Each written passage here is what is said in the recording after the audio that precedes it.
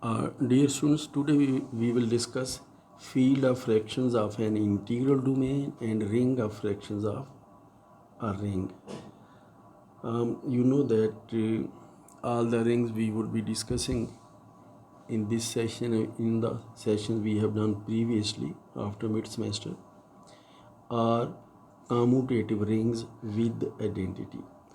So field of fractions of an integral domain. First of all, let's come to an example. Consider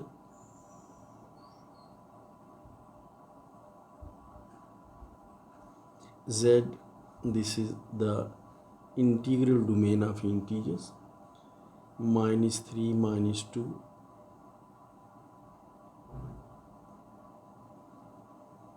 -3, -2, -1, 0, 1, 2, 3, and so on.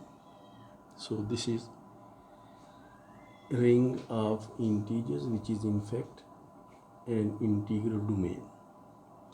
Now consider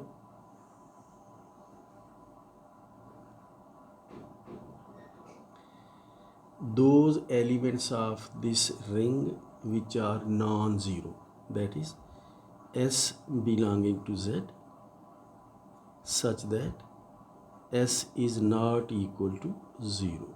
So what in fact we are saying is that S is equal to -3, -2, -1, then 1, 2, 3, and so on. So we have just taken 0 outside of this particular ring Z. Let's call this set as S. So this is set of non-zero elements of Z. We can write it in this way as well. This is equal to Z minus 0. We take 0 element out of this particular ring. So this is the set of non-zero integers in fact, that is S is the set of non-zero integers.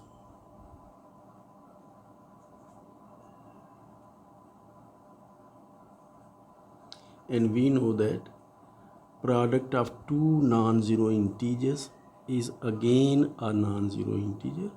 So we know that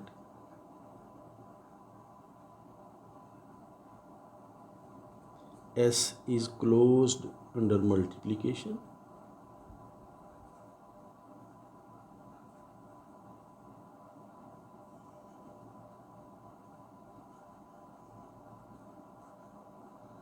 and one more important thing we must note is that multiplicative identity 1 belongs to S. So this is the way we have defined S.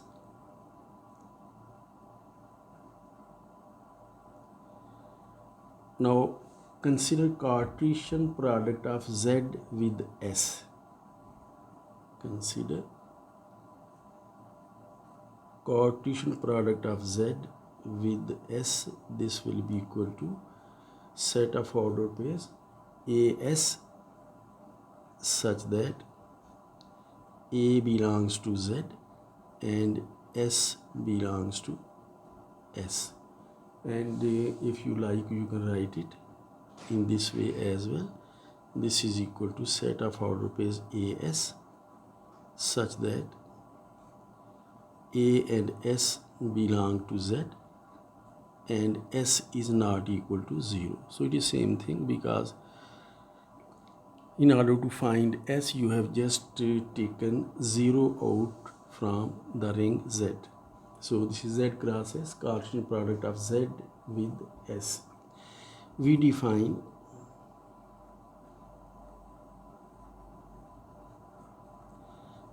a relation on Z cross S by saying that AS is related with BT if and only if AT is equal to BS.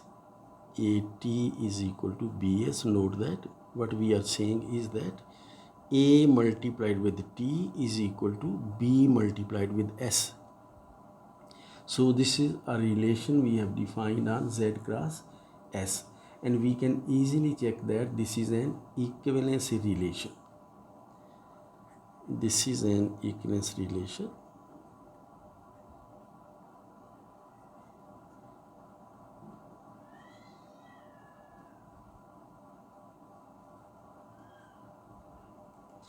We shall prove this in fact in more general setting. So let me note that we shall prove it.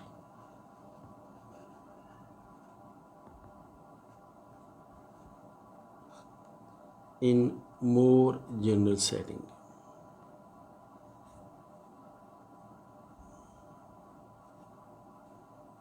So for the time being, we are not going to prove it. Just note that this is an equivalence relation. If you like, you can verify it very easily on your own. So we have defined an equivalence relation on Z cross S. And you know that whenever we talk about equivalence relation, we obtain equivalence classes. So equivalence class of AS we represent as I am going to write the equivalence class of AS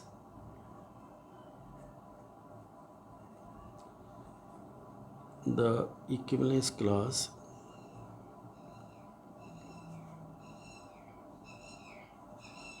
of AS will be would be written as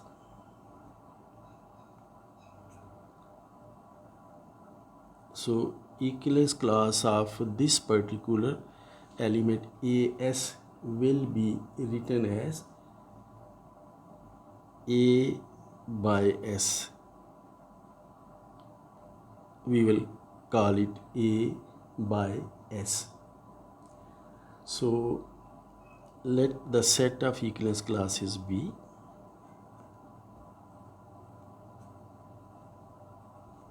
set of equivalence classes कि जब हमने equivalence relation define किया है तो we will get equivalence classes और उन equivalence classes का set हम यूं लिख लेते हैं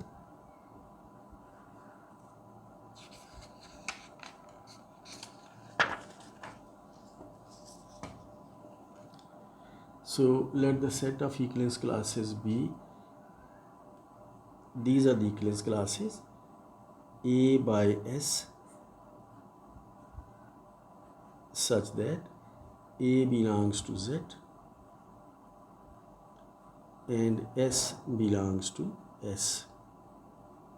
So this is set of all the equivalence classes under the equivalence relation we have defined above, and we denote it by S we write -1 here and then Z.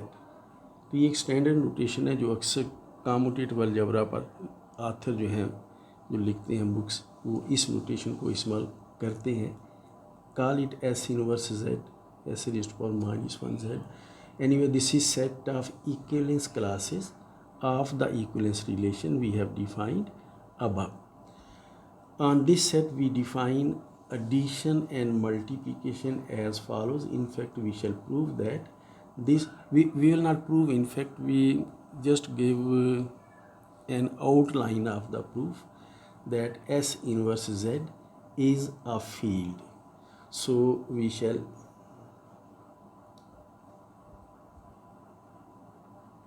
sketch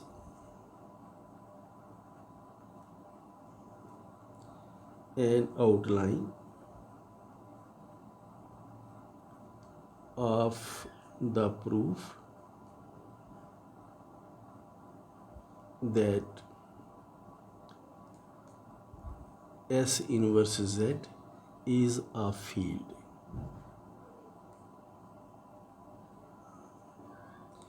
And in order to prove that some particular set is a field, we have to define addition, multiplication, and then there are certain conditions.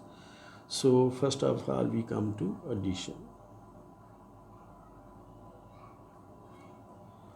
So we define addition on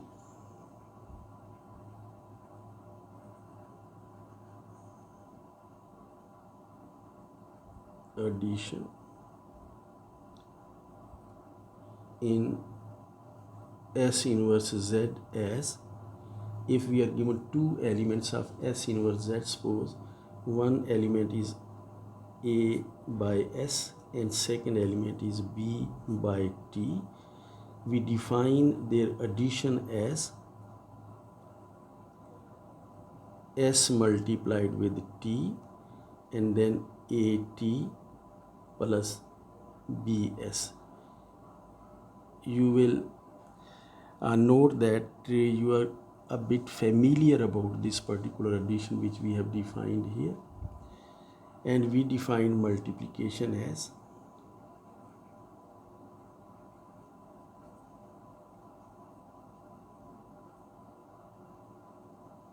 multiplication in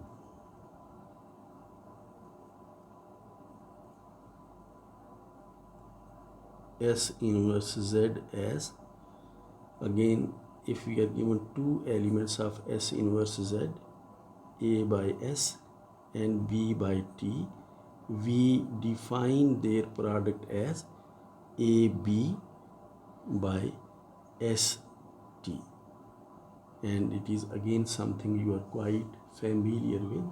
So this is the way we defined multiplication. And this addition and multiplication, both operations are well defined. These operations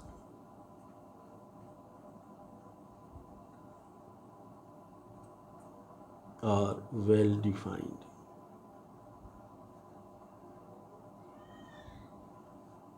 मैं आपको recall करवा दूं कि जब भी हम equivalence classes के साथ काम करते हैं तो जो भी ऑपरेशन हम डिफ़ाइन करते हैं, जो भी मॉर्फिज्म हम डिफ़ाइन करते हैं, हम इस्टेब्लिश करते हैं कि that is well defined. For the time being हम इसे यहाँ प्रूव नहीं कर रहे, लेकिन हम इसे प्रूव करेंगे in bit more general setting. So these operations are well defined. Let me write here, we shall prove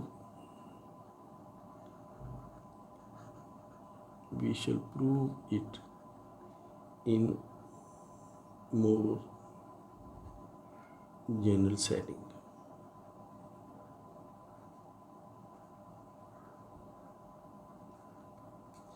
सो इस वक्त तक हमने जो किया है वो हमने S इनवर्स Z पर एडिशन डिफ़ाइन की है और मल्टीप्लिकेशन डिफ़ाइन की है, और जिस तरीके से हमने ये ऑपरेशन डिफ़ाइन किए हैं आप उससे काफ़ी हद तक अपनी स्कूल टाइम की मैथमेटिक्स की लर्निंग से फेमिलियर हैं. So next we note that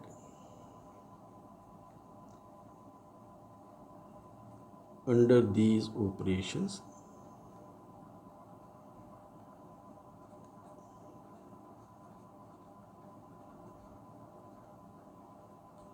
S inverse Z U set हमारे पास है becomes a field.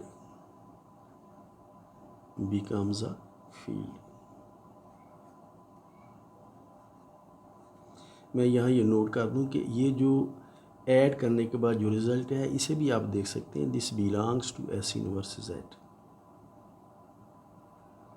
और मल्टीप्लाई करने के बाद जो रिज़ल्ट आता है this also belongs to S inverse Z. You can convince yourself very easily.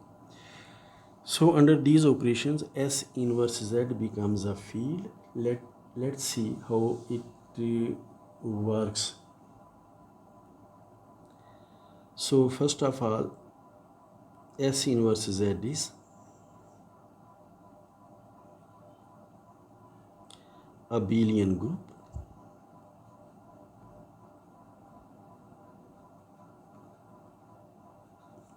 under addition with, मुकम्मल प्रूफ नहीं, मैं सिर्फ स्केच कर देता हूँ इस चीज़ को. So this is abelian group under addition with additive identity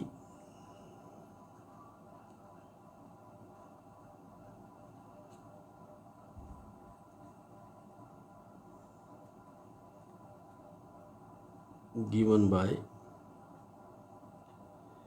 additive identity को अगर हम ज़ीरो से रिप्रेजेंट करें तो this will be equal to 0/1, if you like 0/-1 is equal to 0/2, same thing 0/-2 is equal to and so on. लेकिन 0, 1 जो order pair है उसकी equivalence class that is equal to additive identity and then additive inverse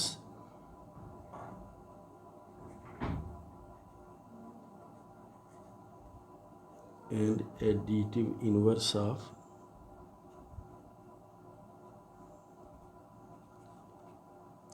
let's say A up by S belonging to S inverse Z is given by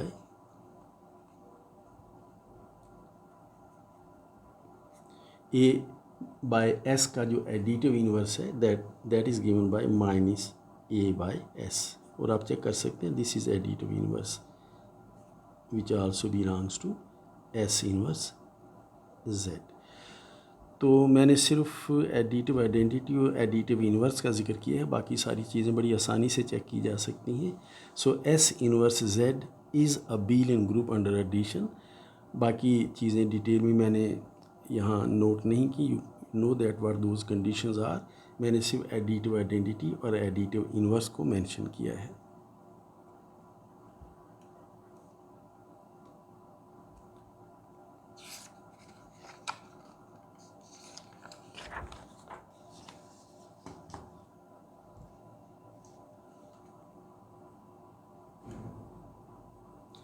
तो ये तो था about addition. Now we come to operation of multiplication, how does that work. So also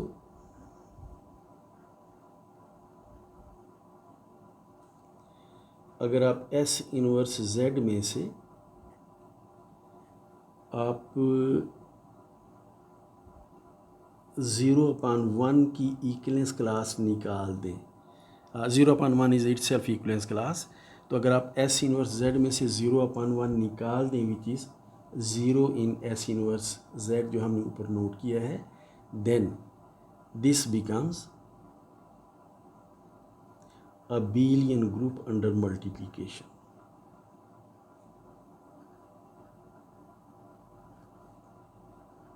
Under multiplication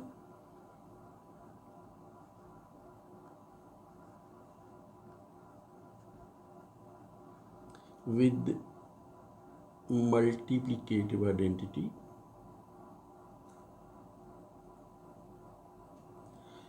multiplicative identity इस case में ये होगी 1/1 जो कि which is same thing as -1/-1, ये इक्वलेंस क्लासेस बराबर होंगी। 2/2 which is same thing as -2/2, -2/-2, and then 3/3 which is same thing as -3/-3 and so on। ये सब इक्वलेंस क्लासेस आपस में बराबर है। So this is multiplicative identity with this as multiplicative identity।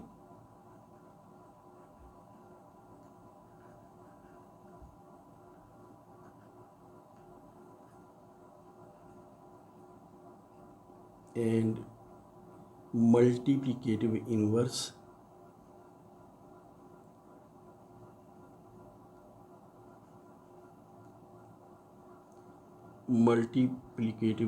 of equivalence class A by S belonging to S inverse Z is given by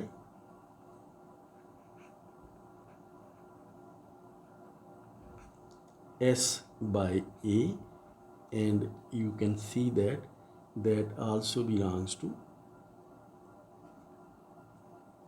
S inverse Z। सिर्फ एक चीज़ हमें note करनी चाहिए कि A जो है that is not equal to 0, क्योंकि अगर A 0 हो गया तो फिर ये 0 एलिमेंट हो जाएगा। मल्टीप्लिकेटिव इनवर्स सिर्फ नॉन ज़ीरो एलिमेंट्स का डिफाइन किया जा सकता है इसमें। So this is multiplicative inverse of A upon S. So S upon A is multiplicative inverse of A upon S. So thirdly, we can easily verify that multiplication distributes over addition. We can easily verify that multiplication distributes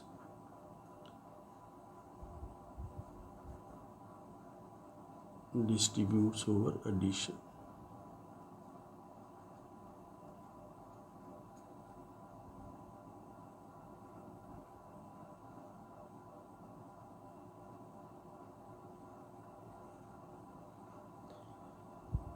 So this can be verified very easily that multiplication distributes over addition.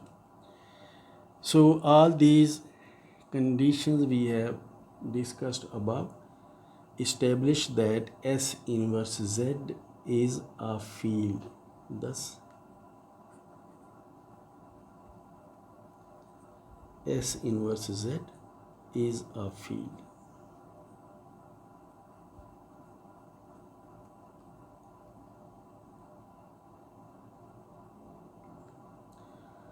सो ये field जो है इसे आप बहुत अच्छी तरह से जानते हैं. हमने in fact field of fractions of Z construct किया है जिसे आप फील्ड ऑफ रैशनल नंबर्स के तौर पर भी जानते हैं इससे पहले. So this is in S inverse Z is in fact Q, that is field of rational numbers. Let me just note here.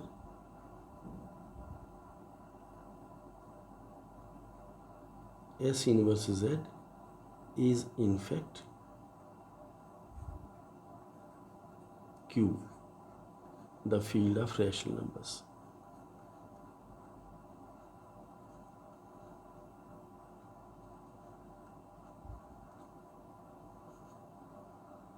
तो ये एग्जांपल हमने सिर्फ लिया कि हमारी एक तो टर्मिनोलॉजी इस्टेब्लिश हो जाए और दूसरे हम इसका एब्स्ट्रैक्ट स्ट्रक्चर हम देख सकें. So having done that, let's come to a very important observation and important observation.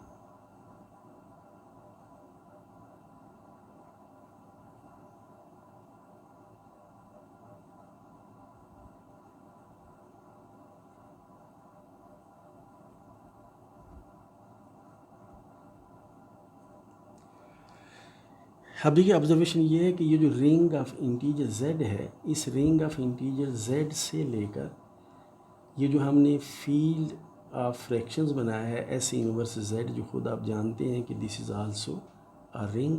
तो z से लेकर S इनवर्स z तक हमारे पास एक रिंग होमोमॉर्फिज्म है जो बड़ा सिंपल है, बड़ा नेचुरल है. So we have a ring homomorphism.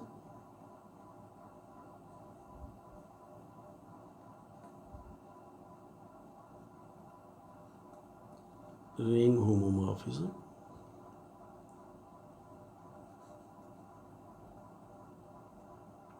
Let me recall it again. Every ring is commutative ring.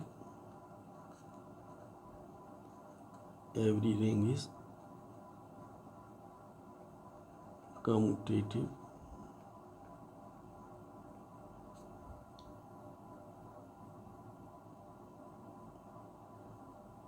Every ring is commutative ring with identity,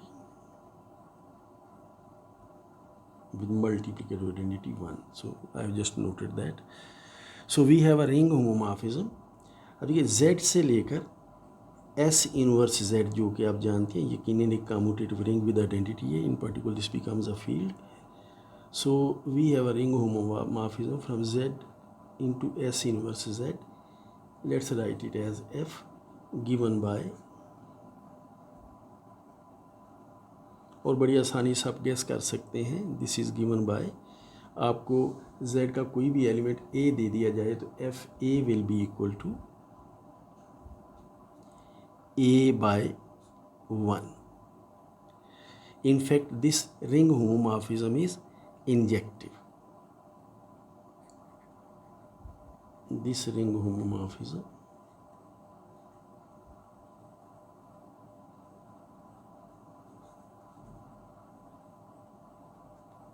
is mono.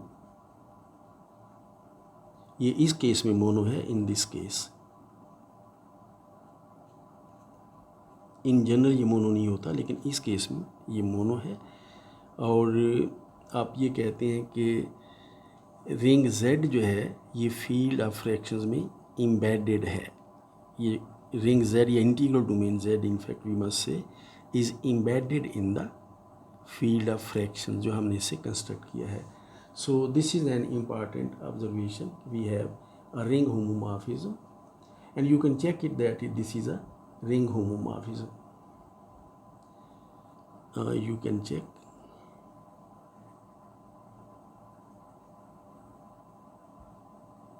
that F is monomorphism,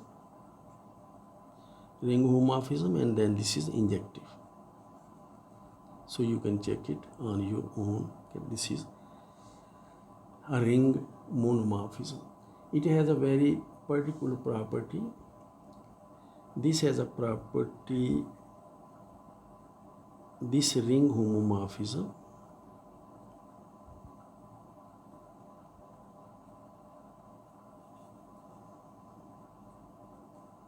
F has a property that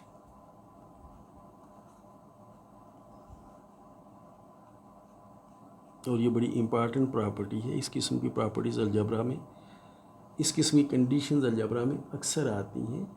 so this ring homomorphism has a property that for any ring homomorphism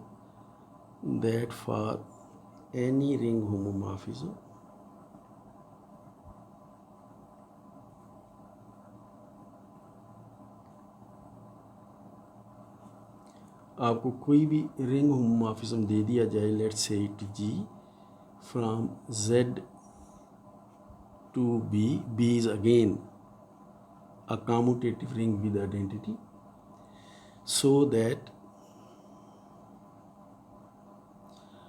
आपको कोई भी ऐसा ring homomorphism Z से लेकर किसी commutative ring with identity तक दे दिया जाए इस तरह से कि G जब Z के उन एलिमेंट्स पर इफ़ेक्ट करे जो S के एलिमेंट्स हैं, तो जो B में GS रिज़ल्ट आएगा वो B में इन्वर्टिबल होगा या उसका मल्टीप्लिकेटिव इन्वर्स एग्जिस्ट करेगा।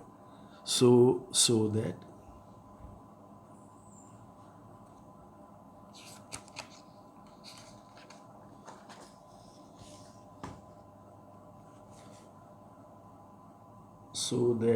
GS is unit.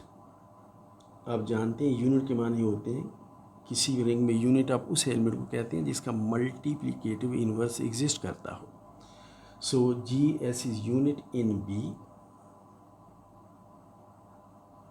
For any S belonging to S जो आप जानते हैं कि Z का सबसेट है।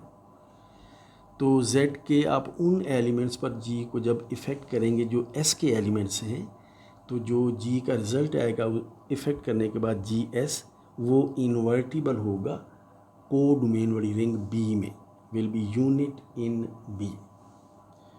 सो if there exist such a ring homomorphism, then this is the property in fact we are emphasizing on. Then there exists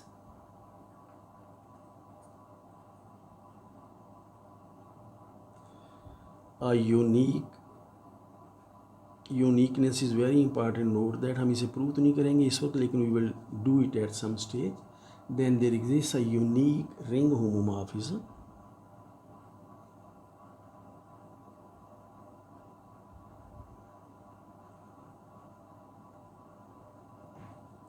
H from S inverse Z to B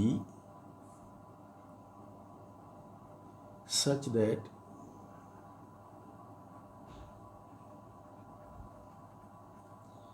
G is equal to H composed with F, that is। अब देखिए जो चीज़ मैंने लिखी है उसको sentences में तो ज़्यादा क्लियर ज़हन में पिक्चर नहीं बनती, लेकिन आप इस डायाग्राम पे गौर कीजिए जो अभी हम बनाने लगे हैं। अब देखिए इस तरह से है कि हाँ, ये जो रिंग Z हमें गिवन है, रिंग ऑफ इंटीजर्स, इससे हमने ये S इनवर्स Z बनाया है, जो आप जानते हैं कि फील्ड ऑफ फ्रैक्शंस है या ये फील्ड ऑफ रैशनल नंबर्स है। तो Z से लेकर S इनवर्स Z तक हमने ये एक फंक्शन भी डिफाइन किया है F, जो बड़ी सिंपल सी फंक्शन है, which takes any elements to, मतलब यहाँ पर 6 गिवन है आपको तो इट विल बिकम 6/1। यहाँ अगर आपको -9 गिवन है तो it will become -9/1 S inverse Z में आकर। So F is defined as FA is equal to A/1। तो ये तो हमें एक रिंग होमोमॉर्फिज्म गिवन है। जो प्रॉपर्टी हमने ऊपर लिखी है वो कहती ये है कि अगर Z से लेकर आपको किसी और रिंग तक, Z से लेकर किसी भी और ring, commutative ring with identity, तो Z से लेकर अगर आपको किसी और रिंग B तक आपको एक रिंग होमोमॉर्फिज्म G मिल जाए, लेकिन ये रिंग होमोमॉर्फिज्म ऐसा होना चाहिए कि ये Z के अंदर जो S के एलिमेंट्स हैं उन पर जब इफ़ेक्ट करेगा तो जो रिजल्ट्स आएंगे B में वो यूनिट्स होने चाहिए, वो B में इन्वर्टिबल होने चाहिए। अगर ऐसा हो तो फिर आपको S इनवर्स Z से लेकर B तक एक यूनिक रिंग होमोमॉर्फिज्म मिलेगा H, सच दैट कि अगर आप H को F के साथ कंपोज करें, H circle F is equal to G, तो इन दोनों की कंपोजिशन G के बराबर आ जाए। तो दैट इज़ दिस डायग्राम, इसे हम मैथमेटिकली कहते हैं that this diagram commutes. So this is the property. अब देखिए मैं दोबारा रिपीट करता हूँ। रिंग ऑफ इंटीजर से हमने फील्ड ऑफ फ्रैक्शंस बनाया है जो कि फील्ड ऑफ रैशनल नंबर्स है, और हम जानते हैं कि Z का हर एलिमेंट रैशनल नंबर्स में आपको मिल जाता है। यहाँ अगर 6 होगा तो यहाँ 6/1 आ जाएगा, यहाँ अगर 9 होगा तो यहाँ 9/1 आ जाएगा। सो Z is embedded in S inverse Z in the field of rational numbers. तो ये तो एक नेचुरल सा रिंग होमोमॉर्फिज्म है जो आपको मिलता है। प्रॉपर्टी ये कहती है कि अगर आपको Z से लेकर किसी और रिंग B तक एक रिंग होमोमॉर्फिज्म ऐसा मिल जाए जो Z के अंदर जो सेट S है उसके एलिमेंट्स पर जब G इफ़ेक्ट करे तो जो रिजल्ट्स हैं वो B में यूनिट्स हों या इन्वर्टिबल हों, तो फिर आपको S इनवर्स Z से लेकर B तक एक यूनिक रिंग होमोमॉर्फिज्म H ऐसा मिलेगा कि जिसको F के साथ कंपोज करें तो रिजल्ट G के बराबर आए। So this what this property says. So ये हमने नोट किया है in the form of field of fractions of integral domain of integers. So let's see how we define H. We define H as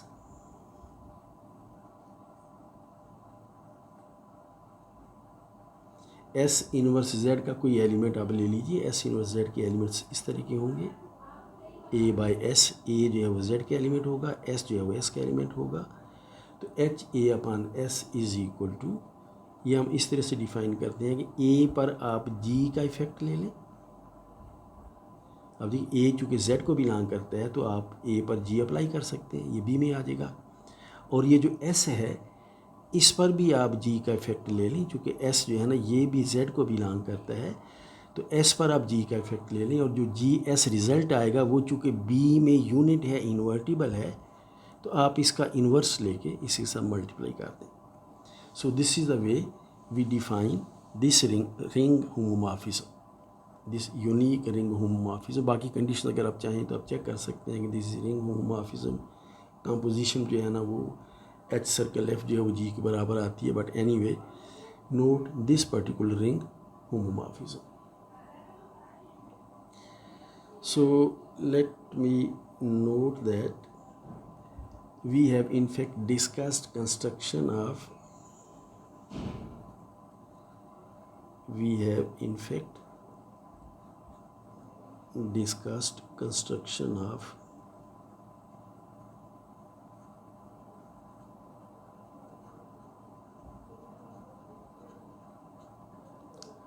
construction of Q. You know that Q is the field of rational numbers. The field of rational numbers.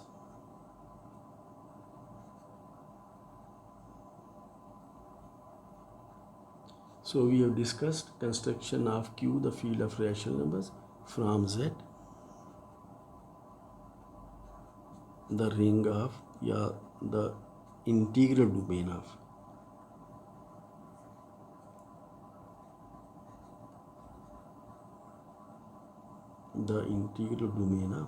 integers. These things work because Z is an integral domain. इसमें zero divisors नहीं होते. So the integral domain of integers.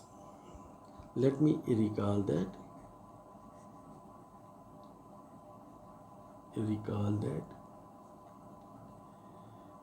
ये पहले भी मैं mention कर चुका हूँ कि 2/3 वही चीज़ है जो कि -2/-3 है. ये वही चीज़ है जो कि 4/6 है. ये वही चीज़ है जो -4/-6 है. और ये वही चीज़ है जो -6/-9 है. And then this is same thing as 6/9 and so on. तो ये इक्विवेलेंस क्लासेस आपस में बराबर है कि ये सब एक दूसरे के साथ रिलेट करते हैं उस इक्विवेलेंस रिलेशन के तहत जो हमने शुरू में डिफाइन किया था. We have written these as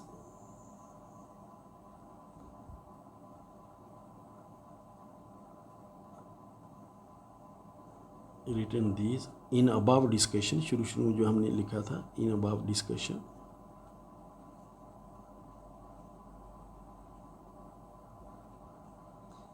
तो इनको शुरू में जब इक्विवेलेंस रिलेशन हमने डिफाइन किया था तो 2/3 के माने दरअसल ये इस तरह से हमने लिखा था 2/3.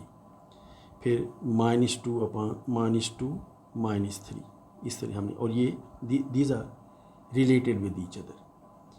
And -2/-3 is related with 4/6. You can see that very easily. 4/6 is related with -4/-6. -4/-6 is related with -6/-9. आप चेक कर सकते हैं जो हमने रिलेशन डिफाइन किया था. And this is related with 6/9 and then so on. ये सब आपस में रिलेटेड है. तो ये जो चीज़ इस तरह से हम लिखते हैं रूटीन में, इससे पहले अगर आप इनको Z क्रॉस S के एलिमेंट्स के तौर पर देखें जिन पर हमने इक्विवेलेंस रिलेशन डिफाइन किया था, तो वो फिर ये चीज़ें थी. और ये जो आप लिखा करते हैं अपने स्कूल टाइम पर, वो दरअसल इस इक्विवेलेंस रिलेशन के तहत 2,3 की इक्विवेलेंस क्लास होती है. तो ये चूँकि सब आपस में रिलेटेड है, इसलिए इनकी इक्विवेलेंस क्लासेस आपस में बराबर होती हैं. So having said that,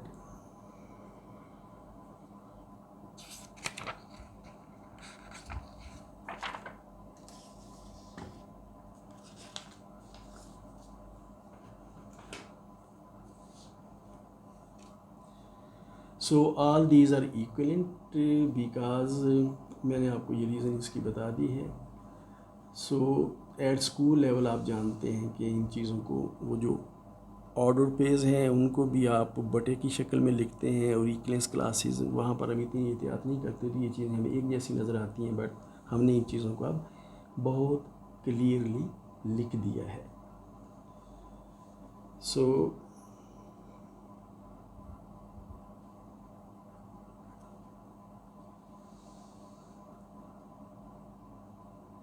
So we generalize this discussion in the following proposition. We generalize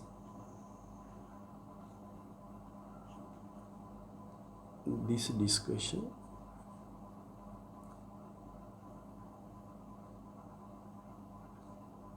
in the following proposition, लेकिन प्रोपोजिशन से पहले हमें एक और रिज़ल्ट की ज़रूरत पेश आएगी। उस बात को हम ज़रा नोट कर लेते हैं कि recall that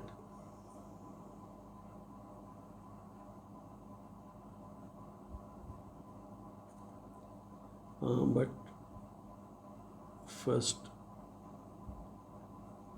we need few concepts record. हमें ये चीज़ें हमने पहले की हुई हैं, लेकिन हम इन चीज़ों को रिकॉल कर लेते हैं ताकि हमें फर्दर डेवलपमेंट में आसानी हो। So recall that we have defined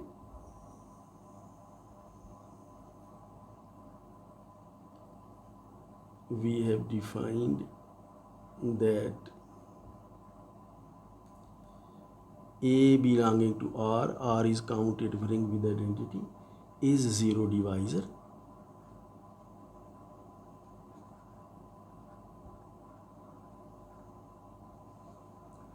Is zero divisor if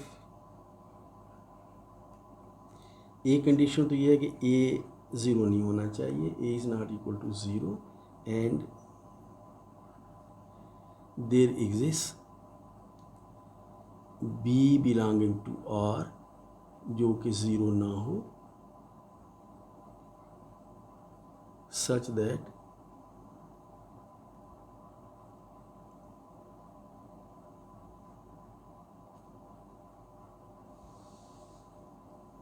that AB is equal to zero.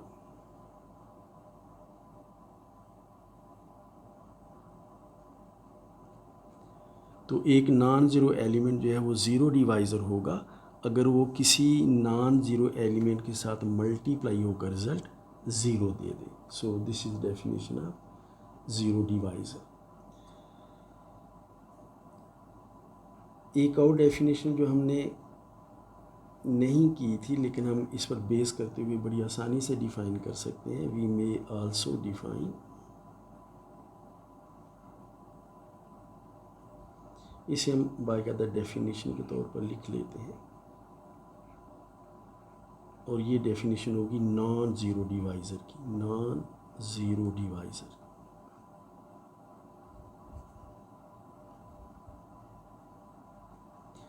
तो नोट कीजिए ज़ीरो डिवाइज़र तो ऐसा नॉन ज़ीरो नंबर है जो जिसके लिए आपको कोई ऐसा नॉन ज़ीरो नंबर मिल जाए कि दोनों का प्रोडक्ट जो है वो ज़ीरो हो जाए।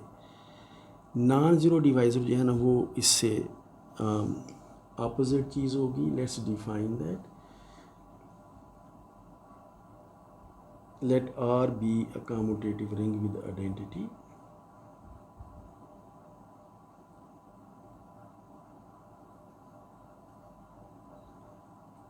commutative ring with identity with 1, then A belonging to R is called non-zero divisor,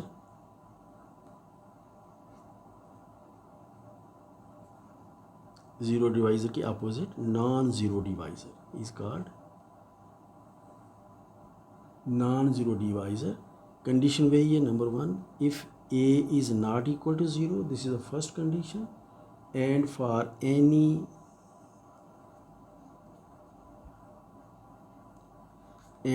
any B belonging to R, अगर A और B का प्रोडक्ट ज़ीरो हो जाए तो फिर B को ज़ीरो होना चाहिए। तो अब देखिए नॉन ज़ीरो डिवाइज़र की डेफिनेशन ये है कि एक ऐसा एलिमेंट जो ज़ीरो ना हो, या नॉन ज़ीरो डिवाइज़र एक ऐसा नॉन ज़ीरो एलिमेंट होता है जिसका किसी एलिमेंट के साथ अगर प्रोडक्ट ज़ीरो आ जाए तो वो एलिमेंट जिसके साथ आप इसे मल्टीप्लाई कर रहे हैं वो एलिमेंट फिर ज़ीरो हो जाए। ए चूँकि ज़ीरो नहीं है तो then A is non zero divisor if A B is equal to zero always implies that B is equal to zero और ए खुद नॉन ज़ीरो है. So note that particular condition. A B is equal to zero implies that B is equal to zero. अगर ये condition hold करे then A is called non zero divisor. मैं यहाँ note कर देता हूँ एक बात. कुछ बुक्स जो है ना वो नॉन ज़ीरो डिवाइज़र को रेगुलर एलिमेंट भी कहती हैं. सम ऑथर्स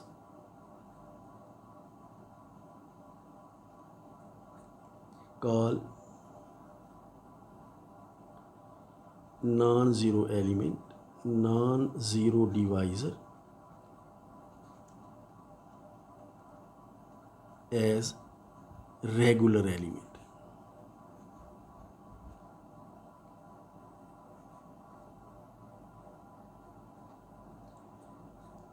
ये बहुत पॉपुलर फ्रेज़ नहीं है रेगुलर एलिमेंट. इसकी वजह ये है कि रिंग थ्योरी में रेगुलर होने के मायने कुछ और भी हैं, तो फिर ज़रा कन्फ्यूजन पैदा होती है. इसलिए we will stick to non zero divisor terminology पर. Zero divisor, non zero divisor. Zero divisor की डेफिनेशन ऊपर आपने देख ली है. नॉन ज़ीरो डिवाइज़र की डेफिनेशन ये है जो कि आपने अभी देखी है.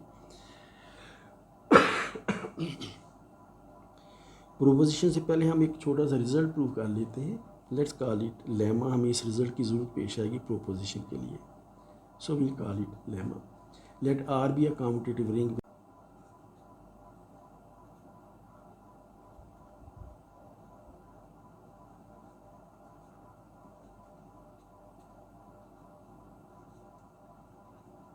commutative ring with identity. Then the product of non-zero divisors is non-zero divisor in R. Then the product of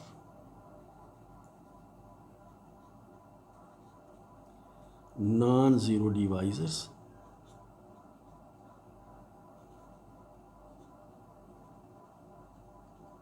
is non-zero divisor.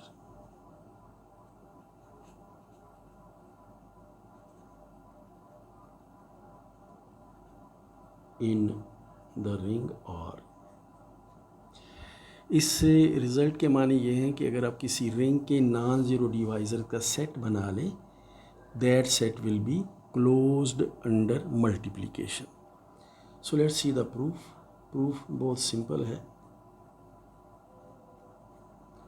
आप सपोज कीजिए कि let A B belonging to are.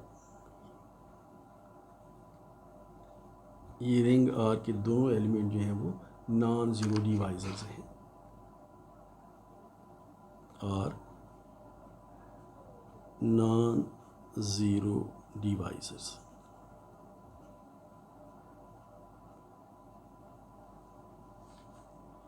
So then जो non zero divisor की condition है उसके तहत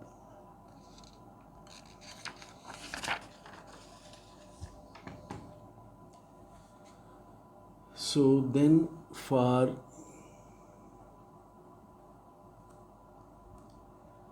for any C belonging to R,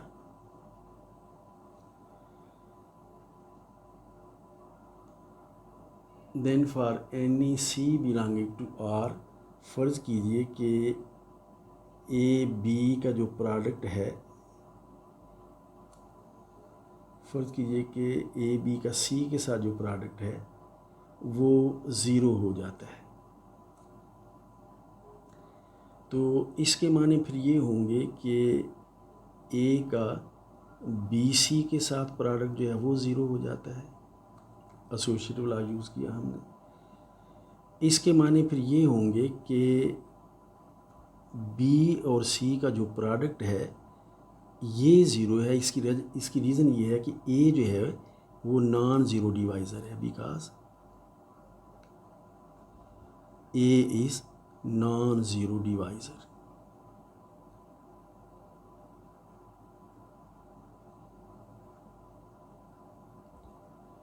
तो चूँकि ए नॉन ज़ीरो डिवाइज़र है, इसलिए जब बी सी का एक साथ प्रोडक्ट ज़ीरो होगा तो ए चूँकि नॉन ज़ीरो डिवाइज़र है, ये नॉन ज़ीरो है और इसका किसी भी चीज़ से प्रोडक्ट ज़ीरो हुआ तो वो एलिमेंट ज़ीरो होगा जिसके साथ प्रोडक्ट इसका ज़ीरो हो रहा है।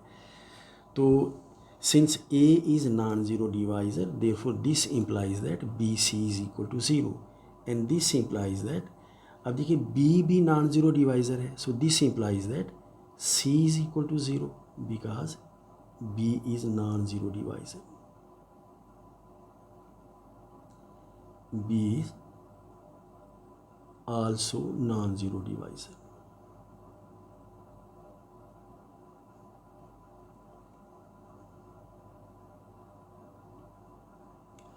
तो अब देखिए कि हमने ये बात प्रूव कर दी है कि अगर ए और बी के प्रोडक्ट को किसी एलिमेंट सी से मल्टीप्लाई करके जो आप ज़ीरो आ जाए तो वो एलिमेंट सी फिर ज़ीरो होगा।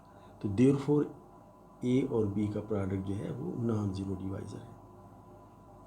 Therefore product of A and B is non zero divisor.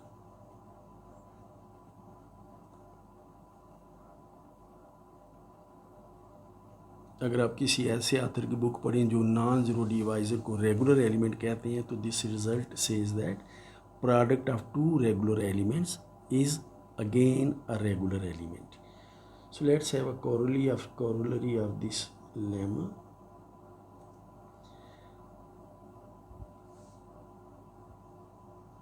And corollary says that let R be a commutative ring with identity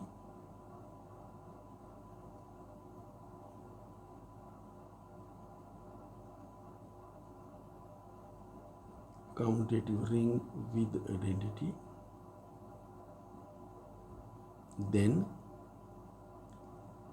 the set of non-zero divisors of R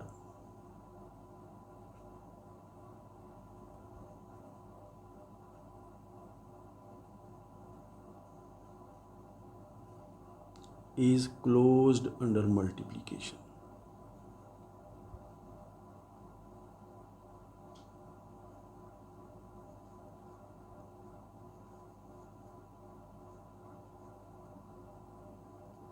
number one and then number two, ये बात आप जानते हैं कि one जो है ये non zero divisor होता है and one is non zero divisor.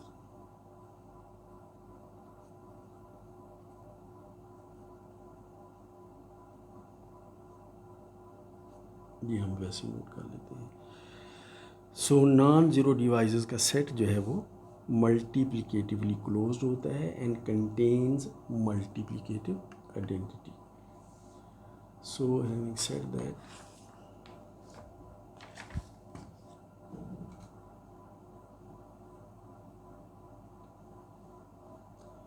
let's come to the proposition we are heading to. So I think it's number 6. You check the number system. So the proposition we are going to prove is proposition let D be an integral domain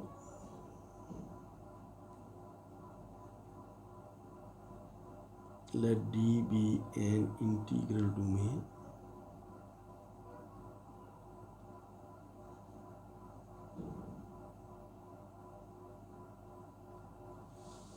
and let S is equal to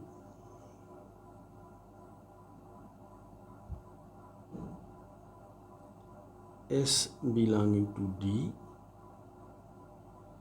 such that S is not equal to 0. In fact what we are saying is that कि आप D में से zero element निकाल दीजिए, जैसे इससे पहले हमने Z में से ज़ीरो एलिमेंट निकाला था। So that is S consists of non-zero divisors.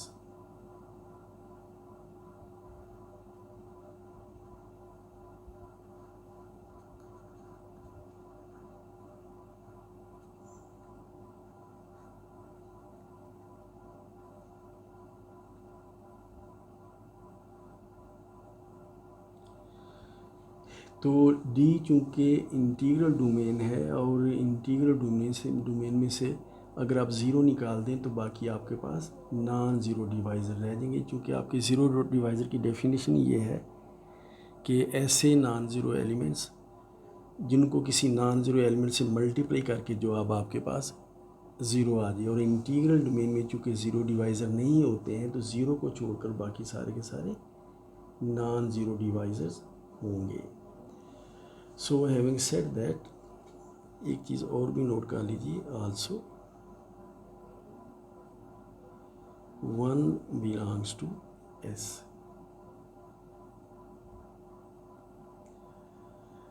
So then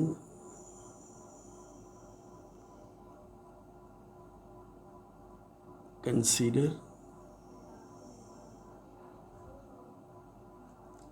D cross S and define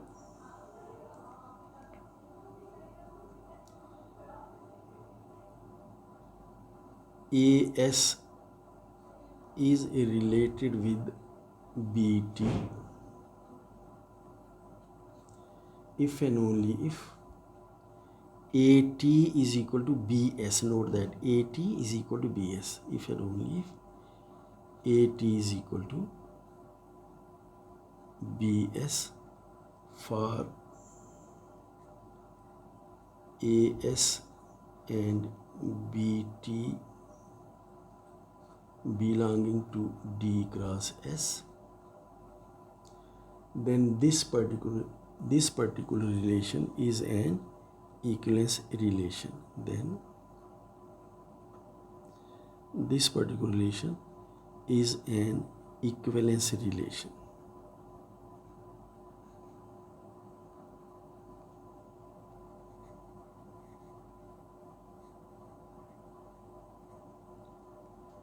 So for proof, आप जानते हैं इक्विवेलेंस रिलेशन रिफ्लेक्सिव होता है, सिमेट्रिक होता है और ट्रांजिटिव होता है।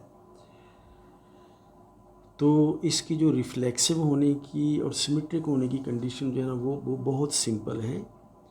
सो ये आप खुद वेरीफाई कर लीजिए, verify that this particular relation is reflexive and symmetric. This is reflexive and symmetric, ये चीज़ आप खुद वेरीफाई कर लीजिए और बहुत सिंपल सी बात है ये।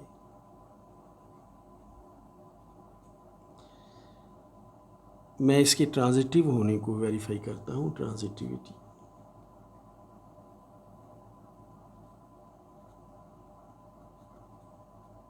और ट्रांजिटिविटी में एक ख़ास वजह से मैं इसे वेरीफाई करना चाहता हूँ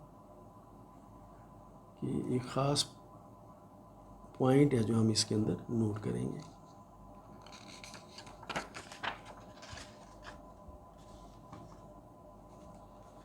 तो ट्रांजिटिविटी के लिए आप जानते हैं हमें 3 एलिमेंट लेना होते हैं। So suppose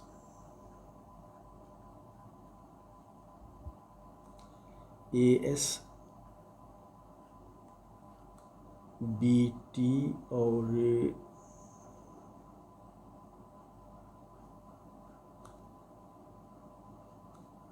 CR belong to D cross S such that,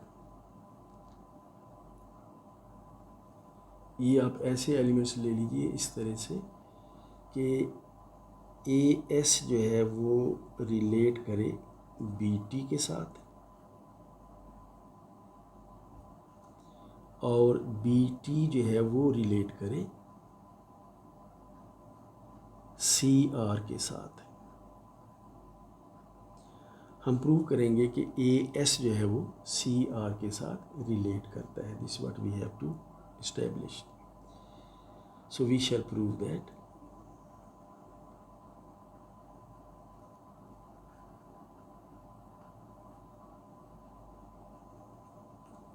AS is related with CR. This is what transitivity is.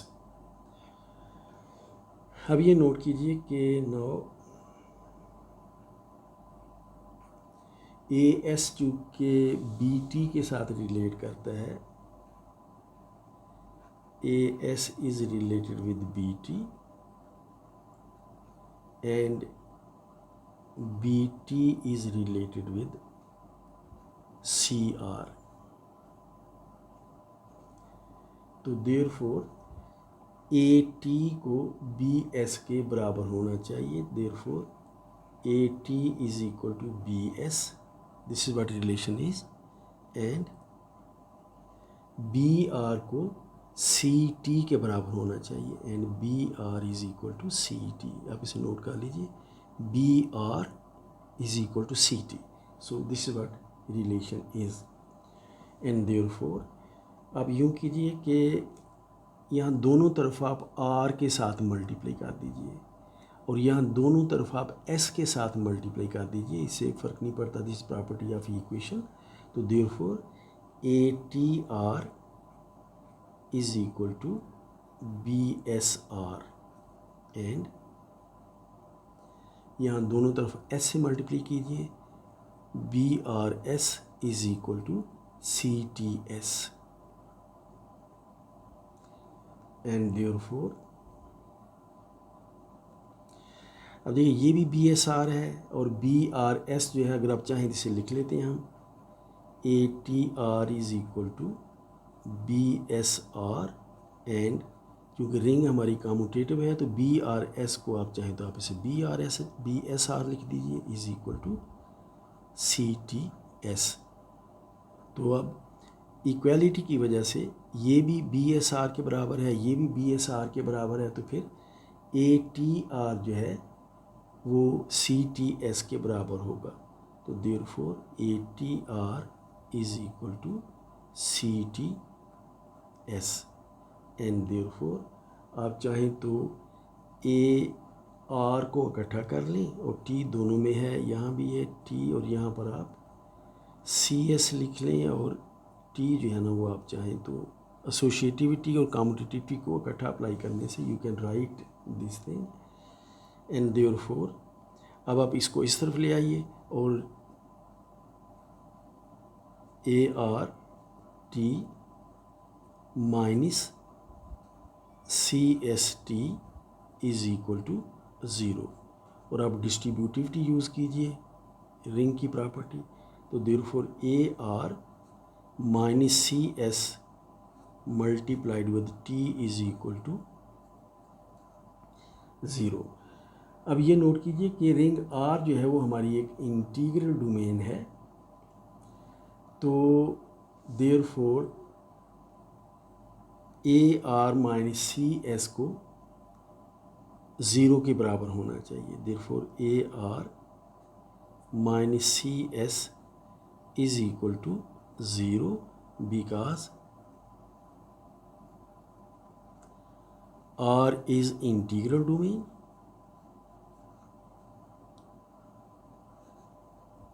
R integral domain है और फिर ये नोट कीजिए कि ये जो एलिमेंट T है ये एलिमेंट T S को बिलोंग करता है और S के एलिमेंट जो है वो नॉन ज़ीरो एलिमेंट्स है। तो because R is integral domain and T जो है ना ये ज़ीरो के बराबर नहीं है, T is not equal to zero. चूँकि ये S का एलिमेंट है तो ये ज़ीरो नहीं हो सकता। तो अब अगर इन दो एलिमेंट्स का प्रोडक्ट ज़ीरो आ रहा है और टी ज़ीरो नहीं है और आपकी रिंग जो है वो इंटीग्रल डोमेन है, तो फिर A R minus C S को ज़ीरो के बराबर होना चाहिए and therefore A R is equal to C S and therefore A S is related with C R. आप देखिए A R is equal to CS, तो therefore AS is related with CR। तो ये बात ख़ास तौर पर नोट कीजिए कि हमने इस रिलेशन को इक्विवेलेंस रिलेशन प्रूव करने के लिए जो ट्रांजिटिव कंडीशन है उसको प्रूव करने के लिए हमने इस फैक्ट को यूज़ किया है कि रिंग R जो है वो इंटीग्रल डोमेन है। देखिए इस यहाँ पर हमने इस फैक्ट को यूज़ किया है। So this completes the proof. So therefore this is an equivalence relation। this is an equivalence relation. और इसे इस्टेब्लिश करने के लिए हमने रिंग आर का इंटीग्रल डोमेन होना इस्तेमाल किया है इस इक्विवेलेंस रिलेशन को इस्टेब्लिश करने के लिए. So note that thing that we have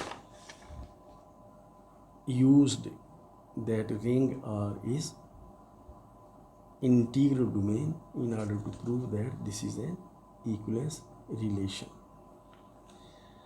So since, let's note that since this is an equivalence relation,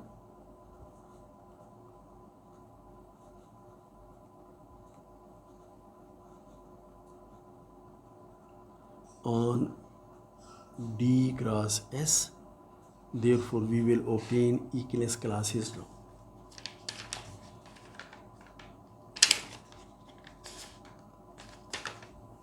So this is page 7.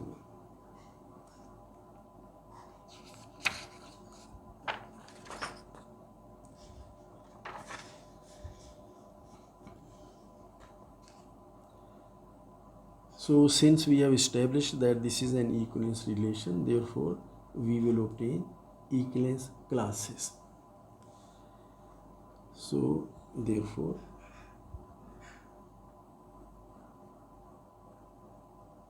we can form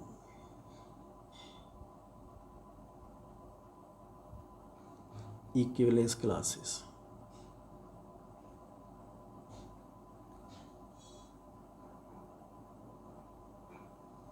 And let us write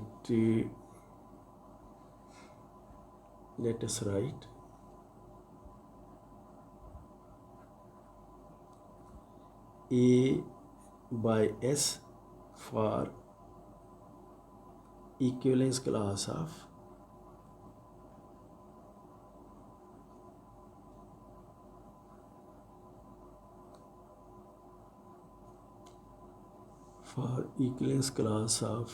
AS. Just let me note that proposition. Yeah, that's okay. So let's write A by S for equivalence class of this particular element AS belonging to D cross S. So thus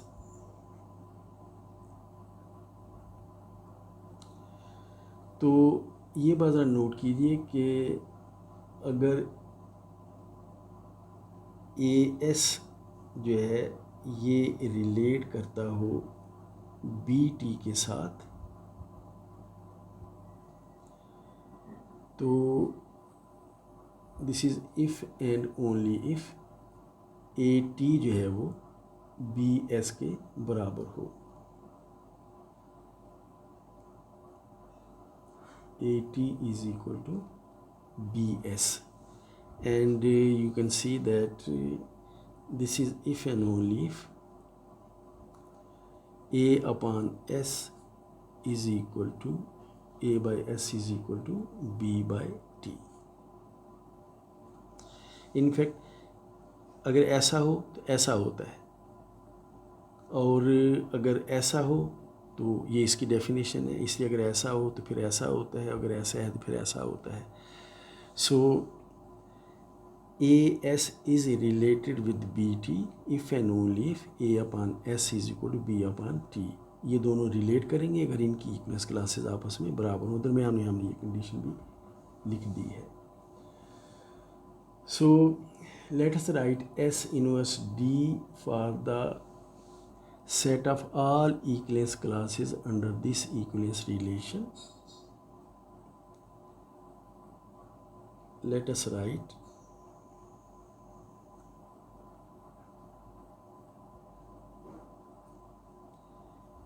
S inverse D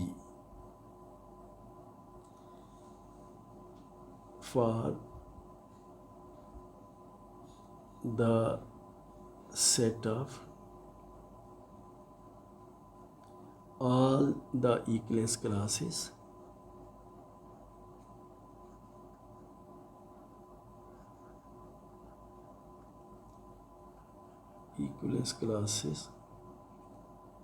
of this particular equivalence relation tilde इसे हम कहा करते हैं।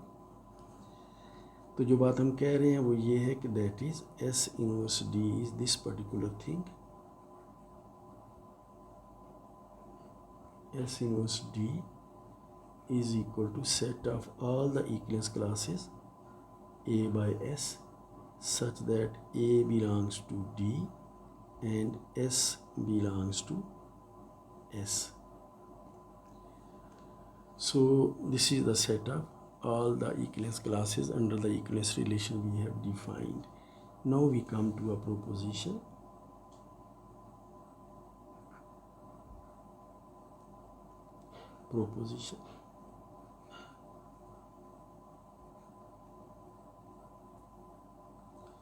So let D be an integral domain.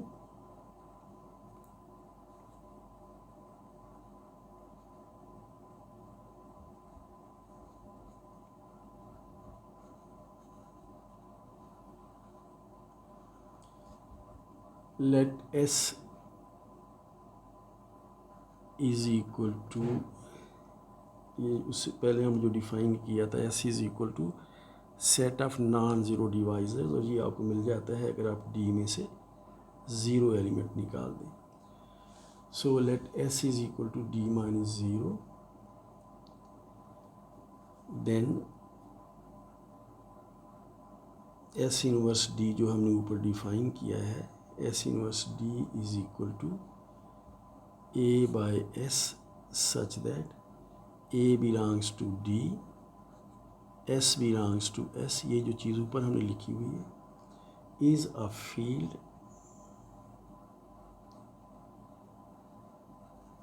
where, हम इस बात को qualify कर देते हैं कि where A by S is equal to B by T if and only if AT is equal to BS।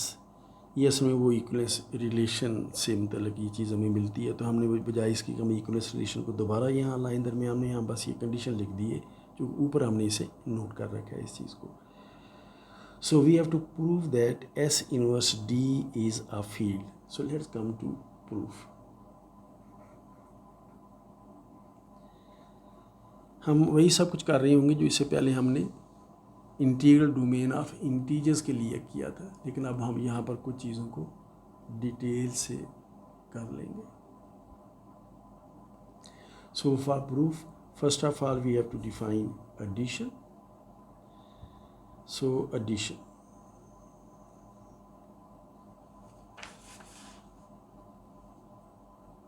so we define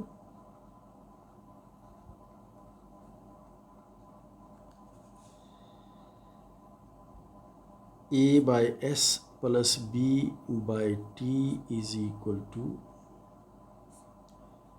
ST AT plus BS। अब इसमें नोट कीजिए कि S चूँकि एलिमेंट है, S चूँकि नॉन ज़ीरो डिवाइज़र है, T भी non zero divisor है, तो इन दोनों का product B non zero divisor होगा। तो मैं यहाँ नोट कर देता हूँ which is defined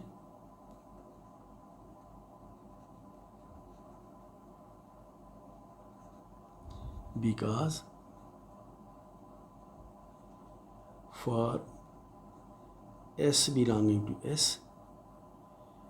T belonging to S, we have ST belongs to S because S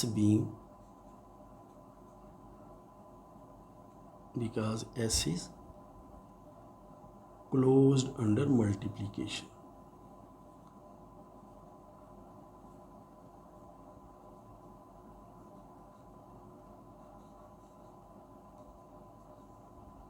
तो ये बहुत इंपॉर्टेंट चीज़ नोट करना कि जब आप एस और टी को मल्टीप्लाई करेंगे तो ये जो एस टी है इसे भी एस ही का एलिमेंट होना चाहिए ताकि ये चीज़ डिफाइंड हो सके.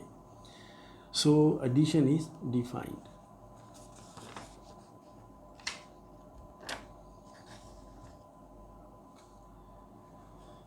Then we have to prove that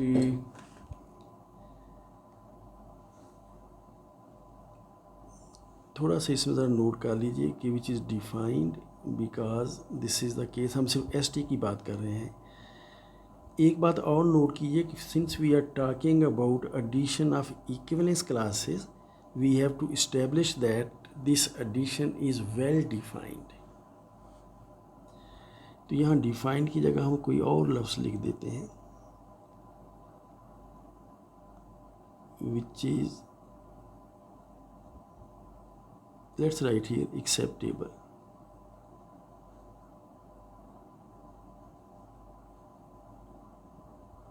उसकी रीज़न ये है कि डिनोमिनेटर ये एस और टी को मल्टीप्लाई करके रिजल्ट जो है एस टी, इसे भी एस को बिलोंग करना चाहिए और ये चीज़ हम जानते हैं. Now we shall prove that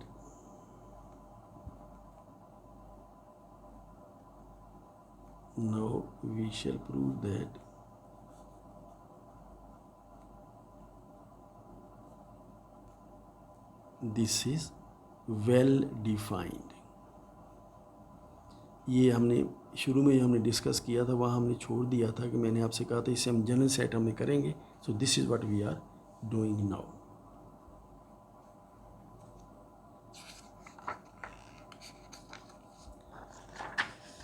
so we have to prove that this is well defined. इसके माने ये हैं कि अगर हम ले लें फॉर दिस, फ़र्ज़ कीजिए कि ए अपान एस जो है वो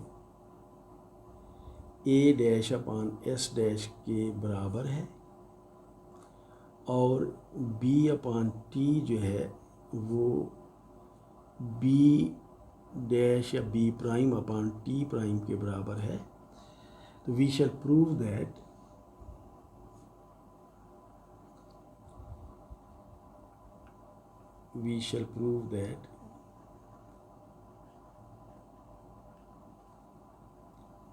प्रूव हम ये करेंगे कि अगर हम ए बाय एस को बी बाय टी के साथ ऐड करें या A prime by S prime को हम B prime by T prime के साथ हम ऐड करें तो ये दोनों जवाब आपस में बराबर आएंगे. तो ये वो चीज़ है जो हमने इस्टेब्लिश करनी है. अब देखिए इसके माने ये बनते हैं कि लेफ्ट हैंड साइड जो चीज़ है इसके माने हैं S T A T plus B S,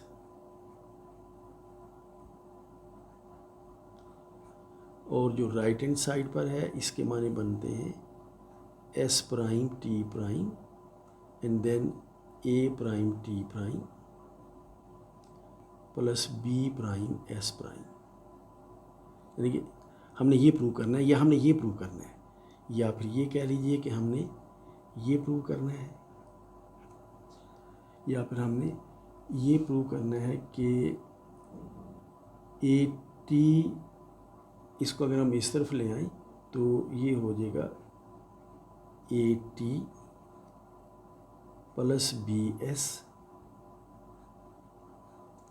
multiplied with S prime T prime is equal to A prime T prime plus B prime S prime multiplied with S T.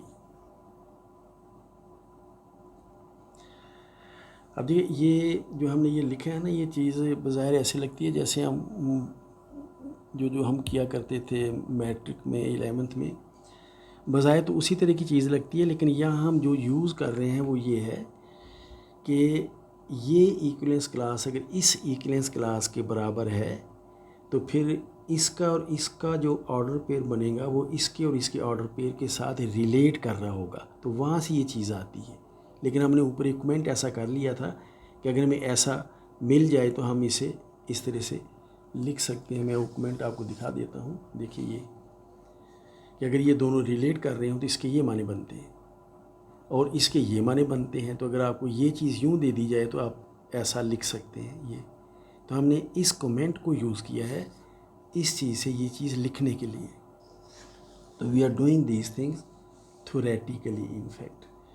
So this what we have to establish. अब इसे establish करने के लिए आप इसकी left hand side ले लीजिए। So left hand side is equal to A T plus B S multiplied with S prime T prime and this is equal to, ऐसे बाकायदा मल्टीप्लाई कर दीजिए। This is equal to A T S prime T prime plus B S S prime T prime and this is equal to, हाँ इसे यहाँ लिखते हैं जगह कम होगी।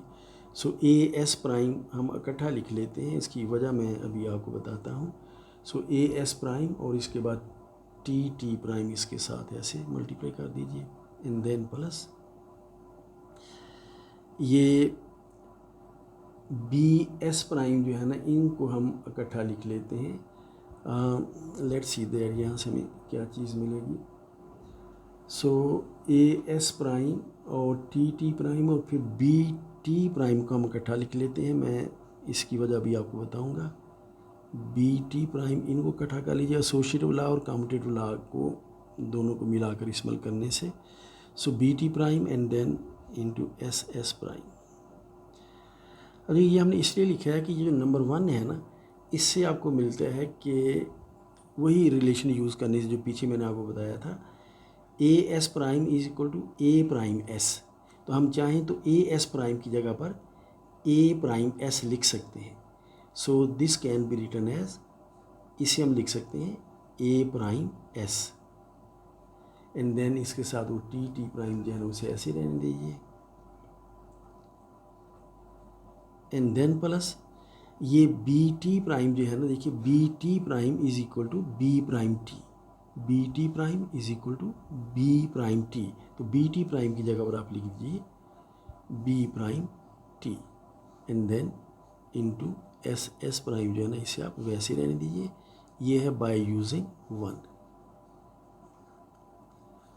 और 1 को हमने यूज़ किया। इससे पहले जो एक कमेंट हमने लिखा था ना, उसकी रोशनी में मैं कमेंट दोबारा आपको दिखा देता हूँ। इसकी रोशनी में हमने ये काम किया है। So having done that, this is equal to, आप इसमें देख लीजिए हम 1-2 स्टेप छोड़ देते हैं और इसे आप लिख सकते हैं this is equal to A prime T prime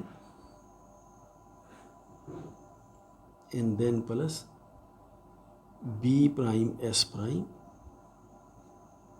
हमने डिस्ट्रीब्यूटिव लॉ यूज़ किया है और एस टी। तो 1-2 स्टेप छोड़ दें, अगर आप चाहें तो वो कर लीजिए। चूँकि एस टी यहाँ पर भी है तो आप एसोसिएटिव लॉ और कम्यूटेटिव लॉ को रिपीटेडली यूज़ करके आप एस टी को बाहर ला सकते हैं और ये चीज़ यहाँ आ जाएगी। और इसी तरह से टी एस है तो इसको आप एस टी लिख सकते हैं कम्यूटेटिविटी की वजह से।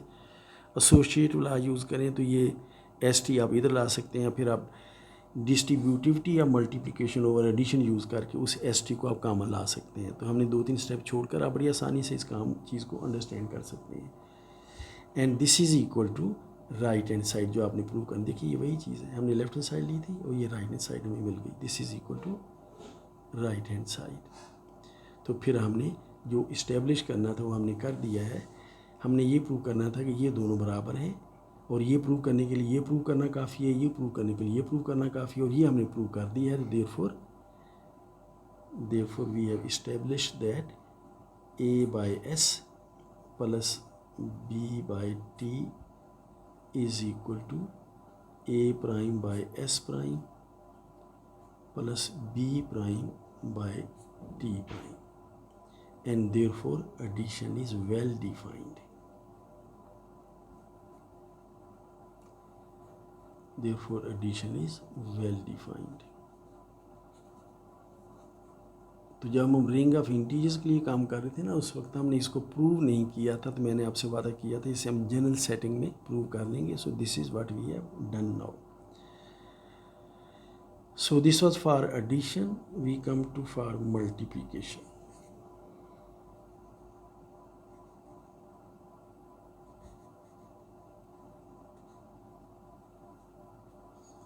So first I have to define the multiplication. हाँ, addition की कुछ और चीज़ें भी हमें डिस्कस कर लेनी चाहिए. मल्टीप्लिकेशन हम पहले addition की डिस्कशन को मुकम्मल कर लेते हैं, बाद में मल्टीप्लिकेशन को हम अलग से डिफ़ाइन करेंगे. So let's make our first step that we have. मैंने यहाँ पर 1 लिख दिया कि हमने एडिशन को वेल डिफाइंड प्रूव कर दिया है. अब secondly, addition is associative and this can be seen very easily. In fact, associativity is inherited from the integral domain D. So associativity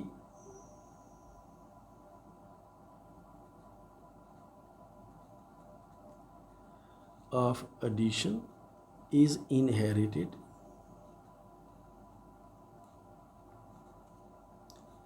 from associativity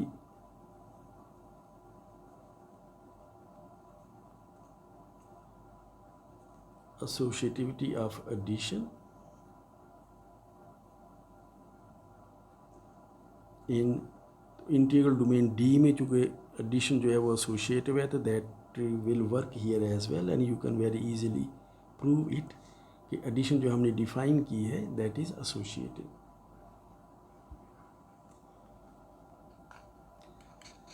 हम पहले ये मुकम्मल कर लेते हैं रिज़ल्ट के अंडर एडिशन. ये सेट एस इनवर्स डी जो है वो अबेलियन ग्रुप बनाता है. So we have seen the associativity. Then we come to additive identity. So additive identity.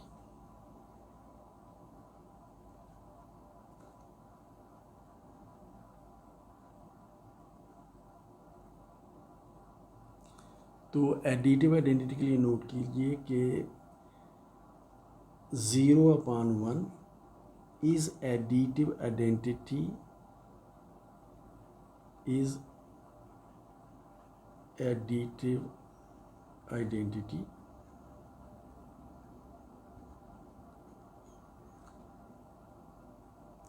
because for any A upon S belonging to S inverse D,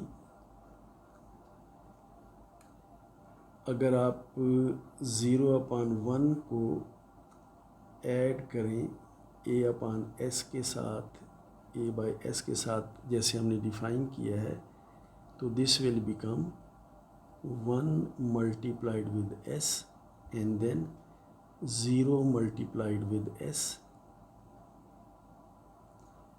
and then plus A multiplied with 1.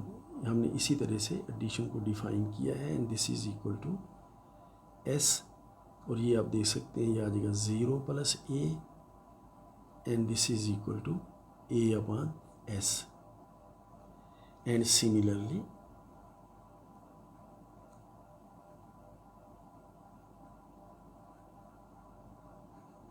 अगर आप चाहें तो आप A/S को 0/1 के साथ add करें तो इसका जवाब भी A/S ही आएगा. तो therefore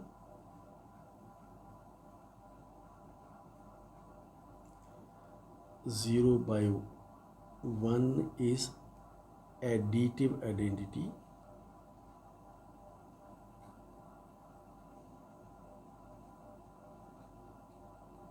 in this particular set, जिसे हमने S इनवर्स D लिखा है. यहाँ से एक बात नोट कर लीजिए कि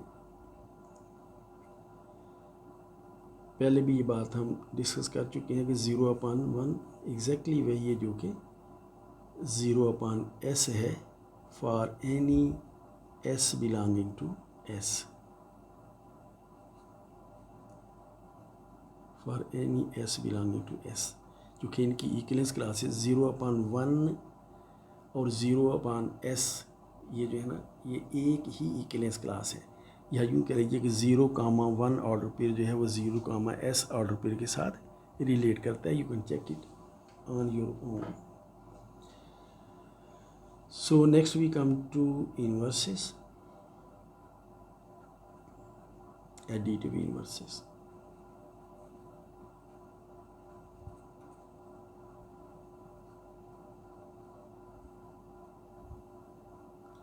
So for any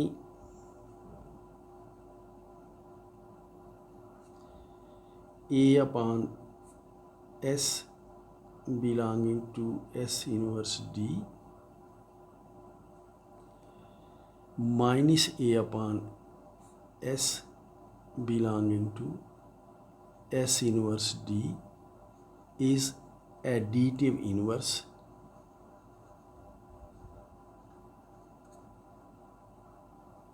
is additive inverse of A/S. और इसे चेक करने की ज़रूरत नहीं है, बड़ी आसानी से इसे चेक कर सकते हैं आप. A/S और प्लस माइनस A/S को ऐड कीजिए 0 लेट मी डू दैट. इसमें let me do it. Is additive inverse of this because हम ऐड करते हैं A/S को, हम ऐड करते हैं माइनस A/S के साथ. अब बाय डेफिनेशन ये आ जाएगा, डिनोमिनेटर में आएगा S इंटू S, और ये आ जाएगा जो हमारी डेफिनेशन है उसके मुताबिक A multiplied with S and then plus minus A multiplied with S, and this is equal to A multiplied with S plus minus A multiplied with S is equal to 0, कि एक दूसरे का additive inverse है D में. So this is equal to 0 divided by S multiplied with S. तो ये बात note कीजिए यहाँ पर कि S multiplied with S को अगर आप S स्क्वेयर लिख लें तो S स्क्वेयर जो है वो S का एलिमेंट है. और ये बात आप नोट कर लीजिए कि हमने देखा हुआ है कि 0/S वही चीज़ है जो कि 0/1 है, क्योंकि इन 0,S ऑर्डर पेयर की इक्विवेलेंस क्लास 0,1 ऑर्डर पेयर की equivalence class 0,S order pair की इक्विवेलेंस क्लास के बराबर है.